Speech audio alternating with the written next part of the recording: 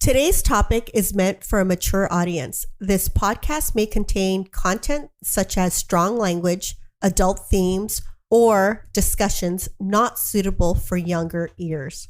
Trigger words are also mentioned, so please listen with caution. Join our incredible moms who have mastered the art of balancing motherhood in today's episode of We Time Convo. My name is Debbie. This is Liza. Moms sharing inspiring stories, practical tips, and a few hilarious anecdotes. And it all begins now.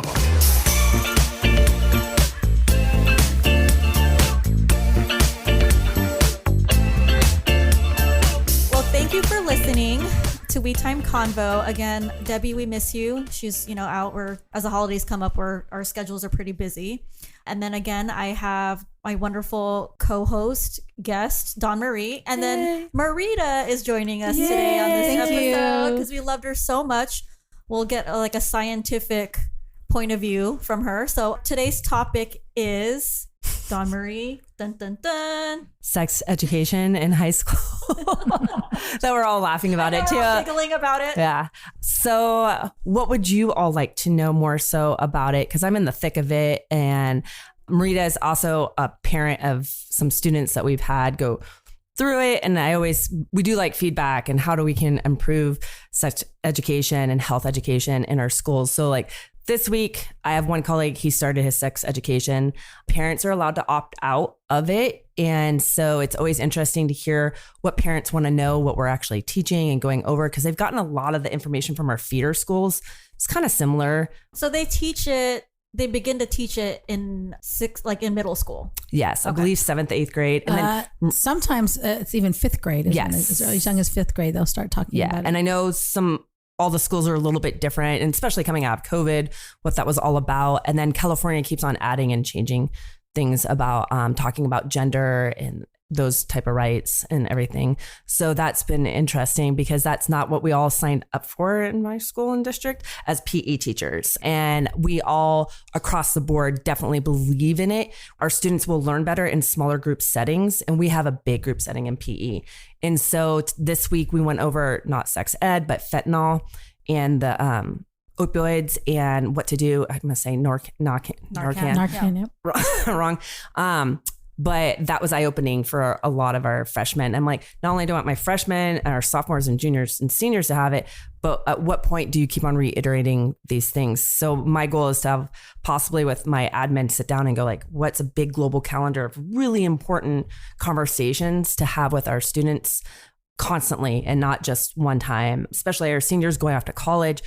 And with drugs and fentanyl, that's going to be a different thing because pills are a different avenue for them, and how easily they can access and get things online is something we didn't have to deal with growing up. And so we're always learning. I'm like, oh my gosh, you can buy it like that, or you can do that. Wow. Okay. So or talking about different scenarios and how free and open the kids are talking about Plan B. And now I feel like I have to go over pregnancy tests because I've had definitely a couple girls in the locker room. I also teach PE that they've talked about taking pregnancy tests at the wrong time of day and what they've done with that and stuff. So as moms, wrong time of day. I didn't even know that. You're supposed to take it first thing in the morning. Yeah, your pee's oh my gosh, it's been so long since I had to take a pregnancy test. Right. I guess I had no clue. Yeah, no, right.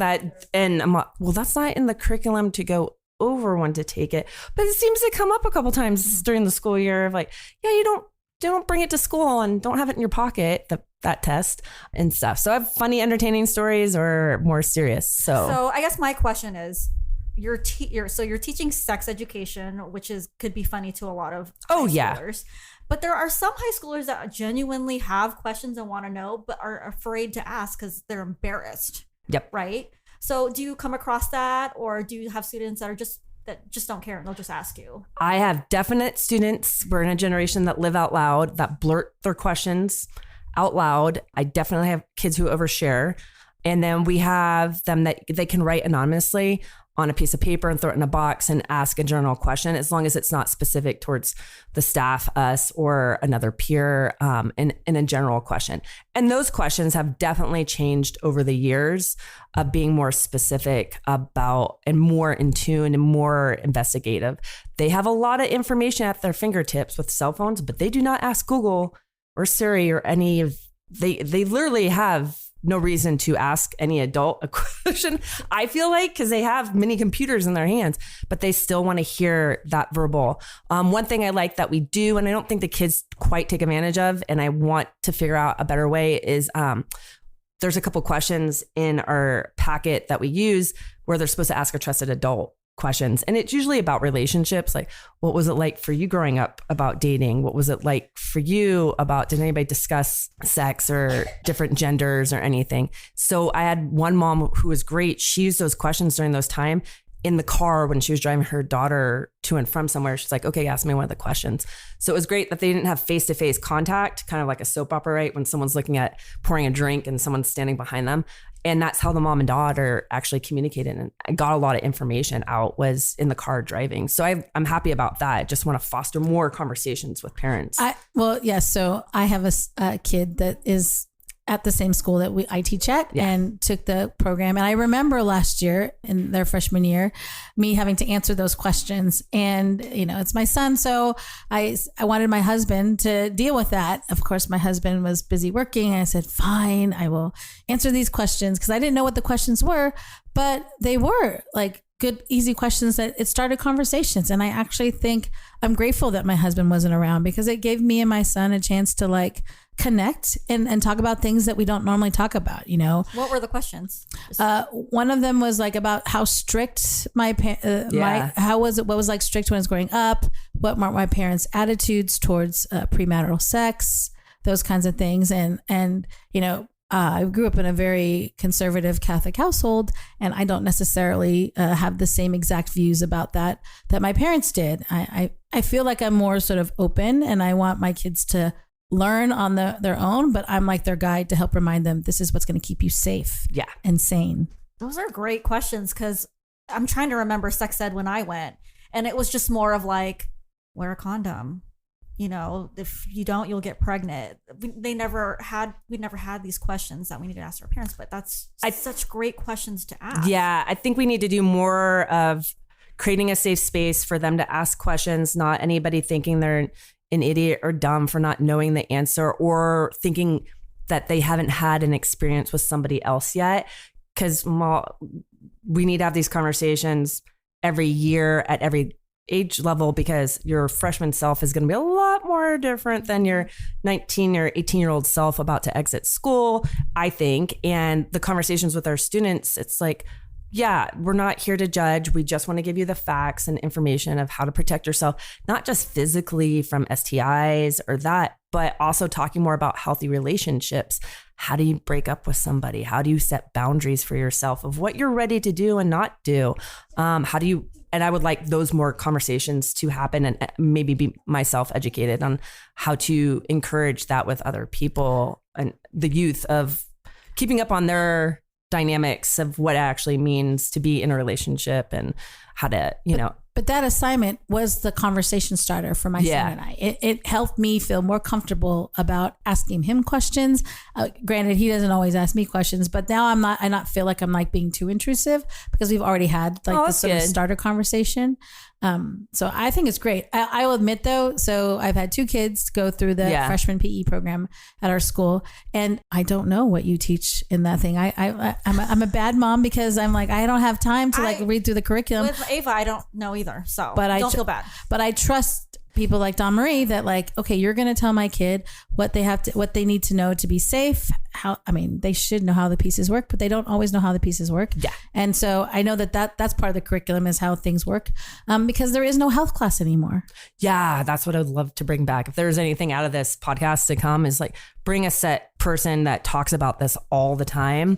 It's in their vernacular, it's off the cuff, and they just have it so dialed in to be able to talk about and explore the topics more in depth too, because I feel like sometimes we're speeding through. And again, I'll say I have very large class sizes. So to get to everybody and talk about all the topics. Yeah, there is also the anatomy, because I just want the kids there's so much we could go diving more into and everything. But some of them like, well, why do I have to know the anatomy? I'm like, because it's your own body. And, mom's not going to go to the doctor's office with you forever, kids. Like a lot of them don't know that there's a separate pee hole. Yes. Really? Yes. Oh, they don't.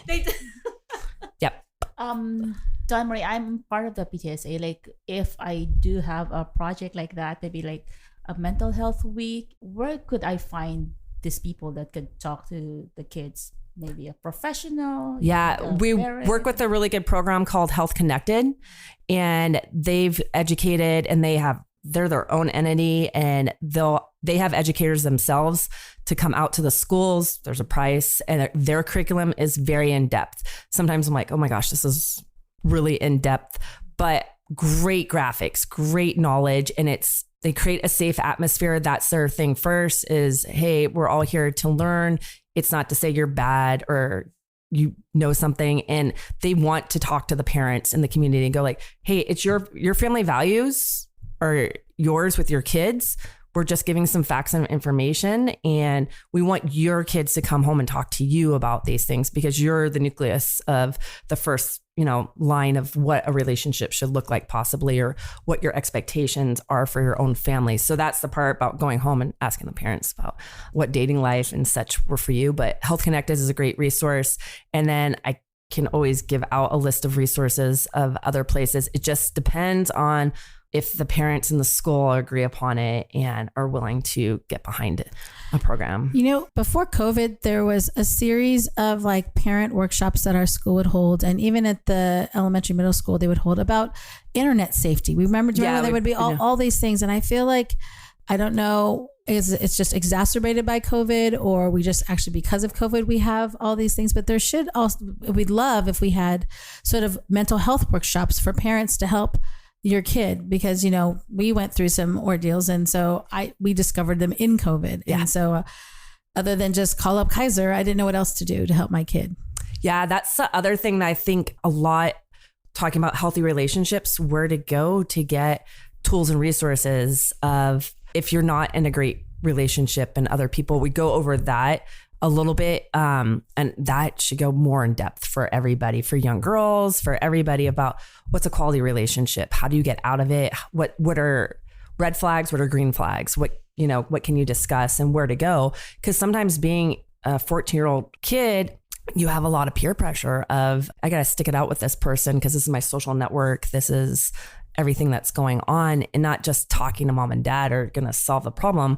You really need scripts, tools of how to communicate and talk to your peers about like, hey, this isn't working for me. I'm going to take a step back from my friend group or this relationship. I just need to work on myself and my goals, because that plays into sexual health. That plays into intimacy. That plays into how vulnerable you want to be with a partner, right? And how comfortable you feel. Like if your partner doesn't want to wear protection, what do you do about that? Like, and if that's a boundary of yours, yes, you've got to lay down that boundaries. No, protection is what I need. Yeah, and so like some cute things. We have styrofoam penises. We give all the kids. Oh, those are great. We have one of those in the main office. You're just kind of to make it a little bit lighter right now. So you guys don't do bananas anymore? No, the bananas I think would. If being around freshman boys, they would destroy the bananas. So our consensus: do boys know how to put on condoms better than girls? Nobody there. I would say they do not. You can say put on a condom, but like I was just joking around about reading the package for when to take a pregnancy test. They do not read the package. They need it 500 different ways of visual, hands-on, or an anime, anything. Because of the big thing for us was like, okay, if you open it, where to store it. Okay, if it touches the penis, okay, if it touched the penis, can you just flip it and put it on? Like, oh God, no, because if you're putting it on wrong, right? And you can't just flip it. It's already touched contact with skin. That's the whole thing you're protecting. So we got to get rid of it. Well, what do you do about that? And so talking about those things. And then also I would love if we did more education about periods and more period education. I think that's going to be a new wave, or I'd like to have more conversations to start that for anybody who has periods about what that means for your body and situation, instead of just saying like, I'm on my period and I can't do crap. Like, no, we need to know and teach females how to take care of themselves before, middle, during, and after. It's just not a product that we want to talk about anymore. It's how do you take care? Your hormones are changing and you have no clue. And just to say a girl's or a woman's hormonal is not enough anymore. Like, we need to study ourselves, whole thing about the universe, right? Of like, we're looking outward to find, we need to do more of that, and to empower males too. Like, I love that we all show them all the different birth controls and what they mean and hormonal, and not, it's just not like, guys, you're going to go in the room and learn how to put a condom on. No, all of you are going to learn how to put a condom on, because you might not ever have. No, when I was in sixth grade is when we had sex ed, and they separated. The girls go with the teacher, and the boy. I went to parochial school, and the boys went with Father so and so, and they described to them what they're supposed to do, and so it was like these separate conversations, and like we're not allowed to know what the what's going on with in the other room, which. I'm glad today that's like, no, everyone needs to know what's going on both sides of the relationship, or all sides of the relationship. Yeah. And I'll word it like, the students I identify as female, let me learn how to put a condom on. Sometimes everybody's squirrely, but I'm like, hey, if you know what's right, then your partner can't screw it up, because you're sure is going to know, like, to tell that person, put that on correctly or don't get near me. Right. Yeah. And I joke around now, but I'm like, hey, I now teach about what fentanyl and how to put a condom on and save your life, and CPR. I didn't think that was going to be my job, but these are all things, and sometimes water safety, like how to save your life or other people's lives. Because, right, it's not just about preventing a pregnancy, which was more or less, I think, what we were taught. And I think Marita and I have the parochial school background. Yeah. It's really now like that stress that you could add to your life if you did contract an STI, even though there's curable, what are those stressors and where to go to get information and stuff. And the students, like I said, have access to information. They just don't know how to tap into it and stuff. And going back to the whole period thing. So, and I don't know if this is a culture thing, but my parents just were uncomfortable with talking to me about sex, how you get pregnant, protection. Like, I learned all of that myself, but I didn't learn enough. Like, when I started my period, like, I knew what it was, but I didn't know what to use. My mom just kind of like was like, heh, and just kind of like gave me a pad, like didn't show me how to use it. Like, and I feel like there's a lot of families that are like that. It's just really uncomfortable. And, I'm a young mom. I got pregnant at 18. I had Haley when 19. I was stupid. Like, I didn't know, I was on birth control, but nobody told me if you skipped a pill that like you would get pregnant. Like, I didn't know that stuff, and I just feel like if I, and that's on me, but I feel like if I kind of knew more in high school about it, like they didn't really talk, they kind of talked about the birth controls, but they didn't tell you if you miss a couple pills that you can get pregnant. So I think it's sex ed. Well, now with all of you, what would you like to teach your children? We're all moms. What would you like? What would be a big takeaway? What would you feel comfortable about in school? Or what would you like them to really know, period? So like, going back to same thing. Like, I got home from school one day. I'm like, oh, okay, that's it. And my mom wasn't home. It was my dad. And like, I'm not gonna talk to my dad about this. So I just figured it out. But then, as my parents figured out that I'd already, in that phase, I was an athlete. I ran, and I only knew about the pad. And so I was uncomfortable in those little tiny track shorts. And I was taught in my very conservative household that tampons are not okay. Yes. Right? Because And I'm like, and then finally I'm like, but this is ridiculous. I'm wearing these little, and so a girlfriend of mine in high school, she said, she was also a runner. She's like, no, you have to be using a tampon. So I learned how to use one, even though my mom used them. No one ever said it was okay for me to use them. And so I would think that, teach girls how to use all of them. And then of course, the whole, like, to me, when I first started, I was like, okay, fine. I'll go to the drugstore. I'll buy whatever it was. And I was naive. I bought the ones that didn't have the applicator. And I'm like, conservative Catholic household, I'm supposed to stick my finger up there? Yeah. Oh my God, no. And so then, but finally, my girlfriend, she talked me through it. I figured it out. And then I'm like, why haven't I been doing this since I was 12? Yes. And I think that's a conversation for every family and what the kid feels comfortable with. But there's so many period products now. There's menstrual cups. I use the disc, the cups. Well, the disc, Great. the cups, Yeah. and like, yeah, form and function. You're an athlete. Yeah, this pad is massive. And then, okay, there's different types of tampons and how do you use those? Now there's the underwear that can catch overflow. There's the cups. Like if you're going camping, what would you like to use? Like, or a working mom and trying to like having tampons that are huge in the bag and you're handing them off to somebody. So I always joke around. I work with a bunch of males who have daughters and wives now, thank God. And when a female student's like, I can't tell, blah, blah, blah, I have my period. I'm like, why? Go ahead. They need to know I'm normalizing this. It's okay. You're half the population. They know you're going to have it. Go ahead. Say it. They should not freak out or else we're going to have a conversation.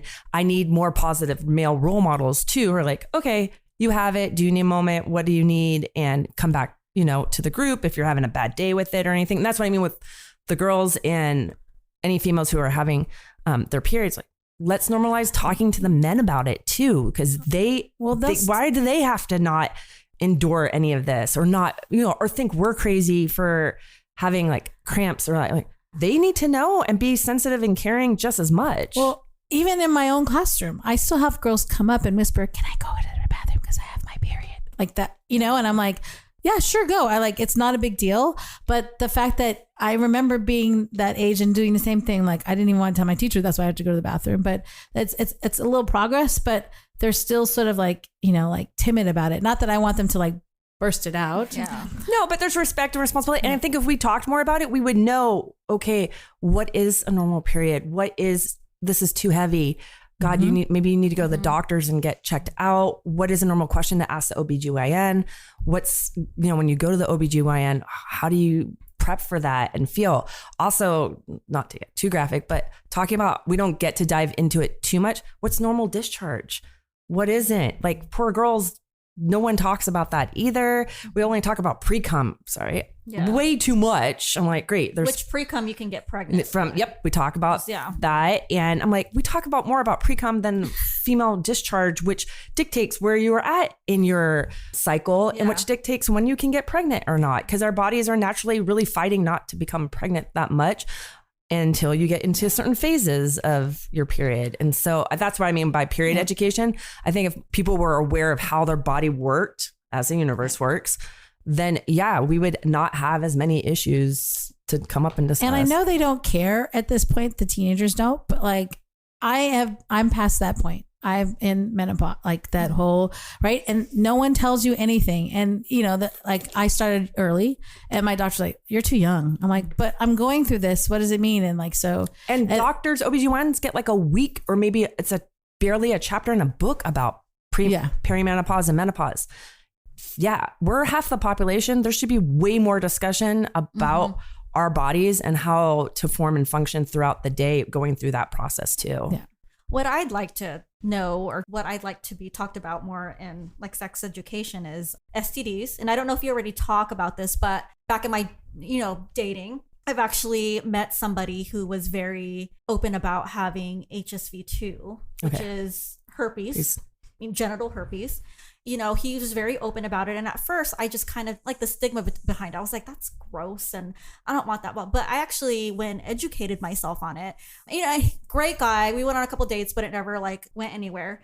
But it really just is a skin condition. And just the stigma behind it, it just makes it really like bad for everybody. And, you can take medication for it and not spread it. There's just so many things. And it just wasn't, after I educated myself more on it, I just was like, that's it. Like, why is everyone making such a big deal about it? Yeah. And that was genital herpes. Like if I were to meet somebody that had it, knowing what I know now, it wouldn't have freaked me out like it did the first time, Yeah. And that's great. He brought it up to you just to like, hey, about it. Cause there is things you can do to curtail it if there's an outbreak and talking about that, or what barrier methods you want to use, what you feel comfortable about sexually doing or not about that. Because with any STI, there are a lot of treatments. There are a lot of things to help cure or hold it at bay, and it doesn't limit you from living life. Look at how long now we have the pandemic of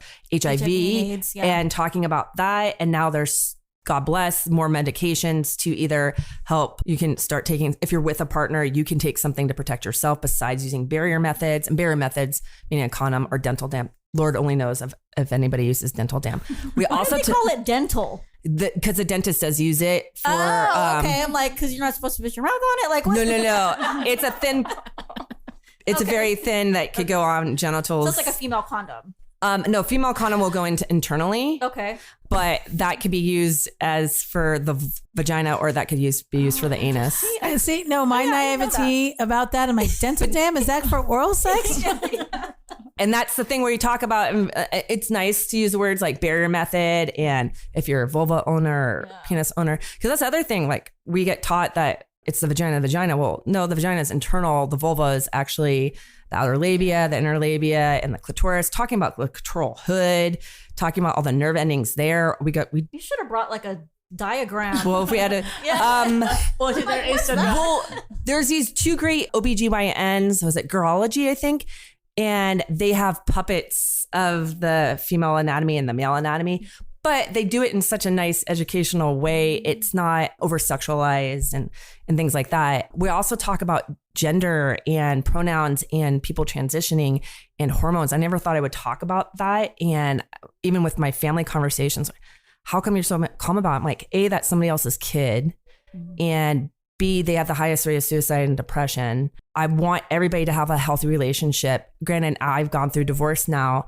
I really think we need more of that in all our school settings, is how to have effective, healthy communication. That would solve so many issues. Can you imagine if we really were able to talk and work with our youth about how to have a reciprocal conversation, how to set boundaries? We wouldn't have this high rate of divorce. We wouldn't have this, like, if you get into a committed relationship or whatever you consider, how to break up the roles of who's doing what for the housework and stuff, and not just assuming. Do you know how we would be saving thousands of dollars in heartbreak and life? No more psychology therapists, but that would be saving them, because look at every play, song.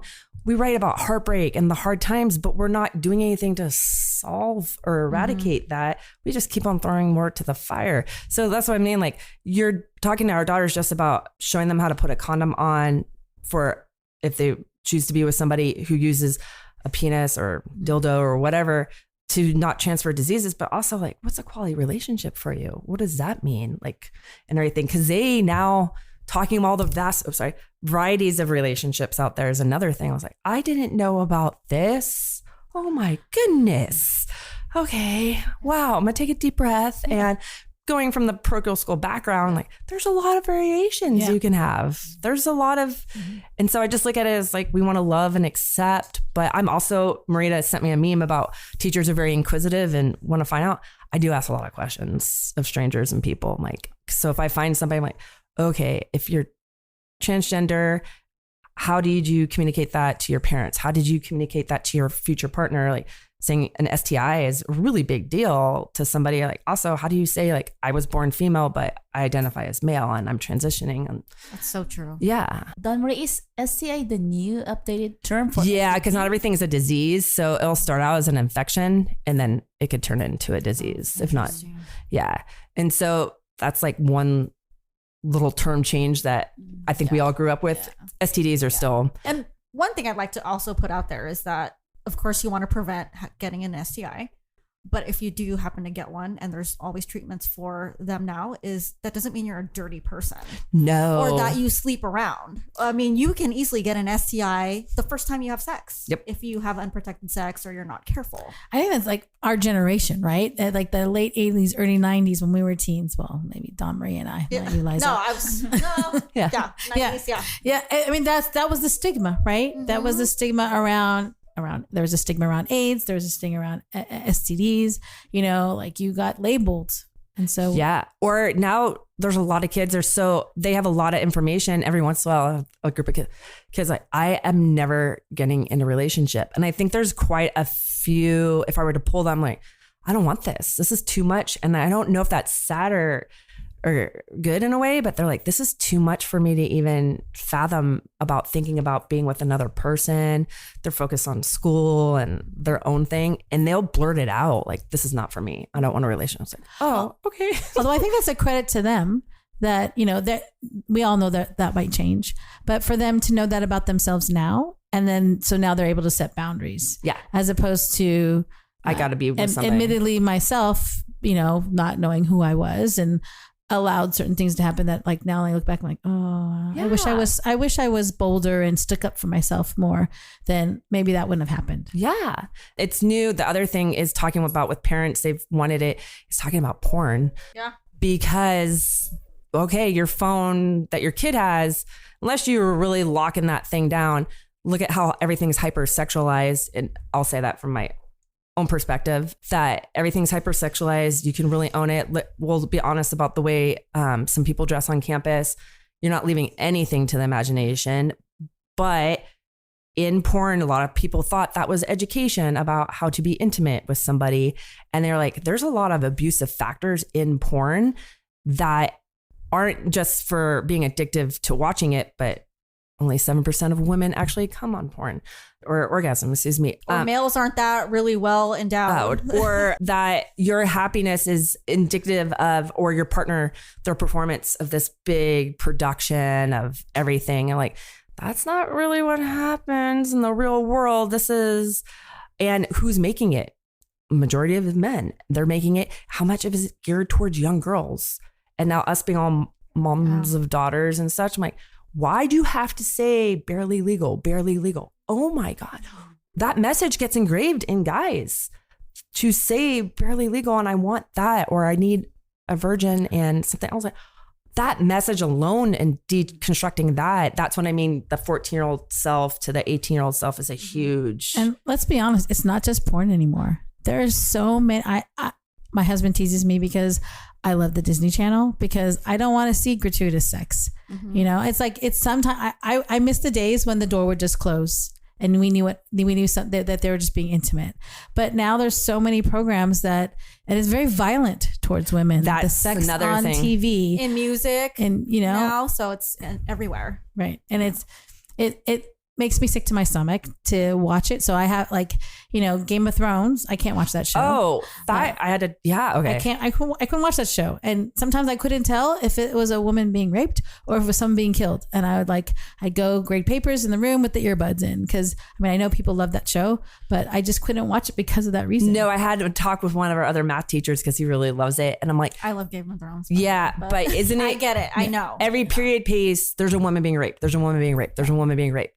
And when Marita, we were talking about NASA and being a scientist and that, I'm like, wouldn't it be nice if not every movie had to have a woman being raped in it, or that there's an older guy with a younger girl? No.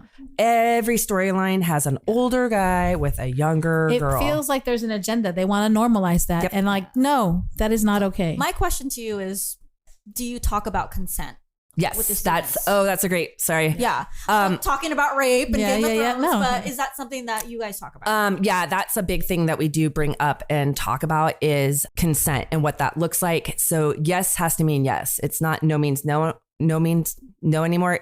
You have to give an affirm yes that What we're if doing they're this. intoxicated? So that's another thing Yeah. we talk about. Like if a partner is intoxicated and you keep on pursuing it, that will get you into trouble. Someone can say like, hey, I was intoxicated. So we talk about legal ramifications about that. So you can't be intoxicated. You can't be high. And yes has to mean yes.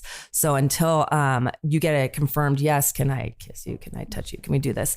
Because the no's, what we were taught about in the 80s, I feel like, and growing up 90s and movies, like, well, she didn't say no, but people go into fight and flight, right? And they freeze. And I think a lot of females are taught like, okay, I'm just going to appease him and then this might stop or this might change, like whatever the narrative we've been taught.